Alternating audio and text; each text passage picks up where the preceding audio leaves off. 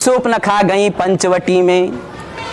गोस्वामी जी लिख रहे हैं क्या, सूप न खा रावण कै बहिनी, दुष्ट हृदय दारुण जस अहिनी।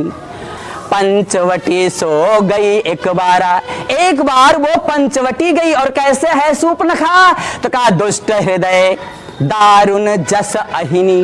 इतनी दुष्ट हृदय की है सूप न खा का दारुण, इतनी भयंकर है। जस अहिनी, जैसे अहिनी माने सर्पिणी, जैसे नागिन होती है इस तरह की है। और कहा रुचिर रूप धरि प्रभु पहि जाई, बोली बचन बहुत मुस्काई।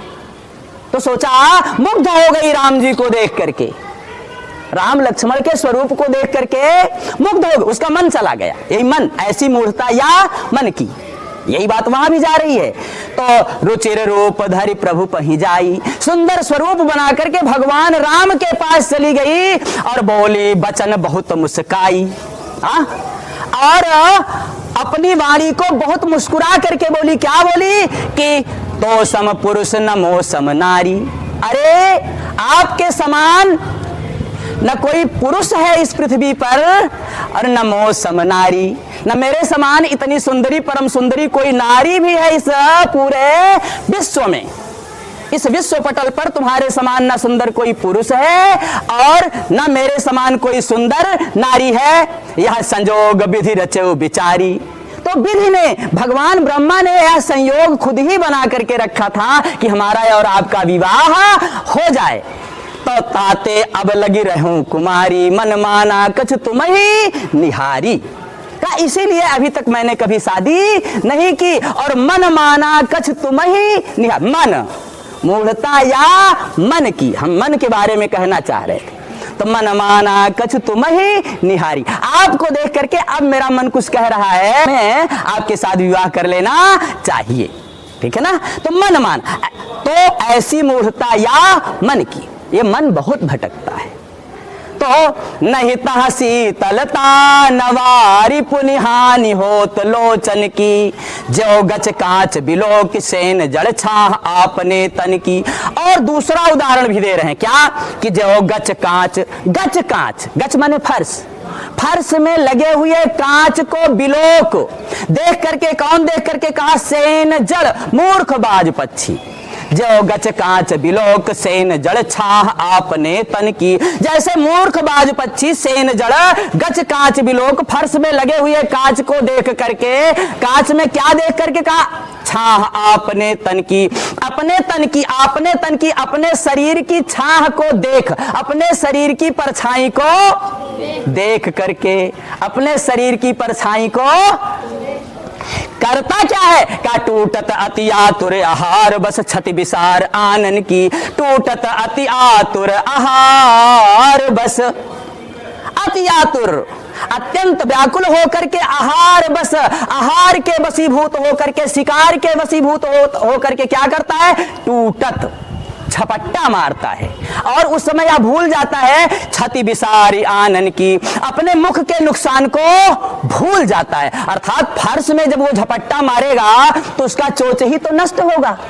इसी तरह से मेरा मूर्ख भी, ये मन भी मूर्ख होता है। जहां नुकसान होगा उसी में ये ज्यादा फंसता है। ठंडा पानी फ्रिज का ज्यादा अच्छा लगता है। नुकसान करता है कि नहीं, कोई भी जहां जिधर मन भटकता है प्रायः देखा जाता है वो वस्तु नुकसान करती है। पढ़ाई में मन कम लगता है, सुबह के समय नींद ज्यादा आती है। देखो सब निगेटिविटी। जिस समय उठना चाहिए, ब्राह्मे मुहूर्ते बुद्धेत, ब्रह्म वेला में जगना चाहिए, उठना चाहिए। लेकिन देखो प्रातः काल नींद ज्यादा आती है। ठीक है ना। तो जितनी भी चीजें देखिए, मार्केट की सारी चीजें अच्छी लगती हैं, घर की शुद्ध चीजें कम अच्छी लगती हैं, है कि नहीं। तो छति विसार आनन की, टूटत अति आतुर आहार बस, छति विसार आनन की। तो कह लो कहो कुचाल दयानिधि, कह लो कहो कुचाल। अब इतने उदाहरण देने के बाद गोस्वामी जी कहते हैं कि कह लो कहो कुचाल दया निधि। अरे प्रभु आप तो दया के भंडार हैं, कह लो कहो कुचाल। हम इस कुचाल माया जाल दुष्चक्र का कितना वर्णन करें, जितना ही करेंगे वो सब थोड़ा है, वो कम है।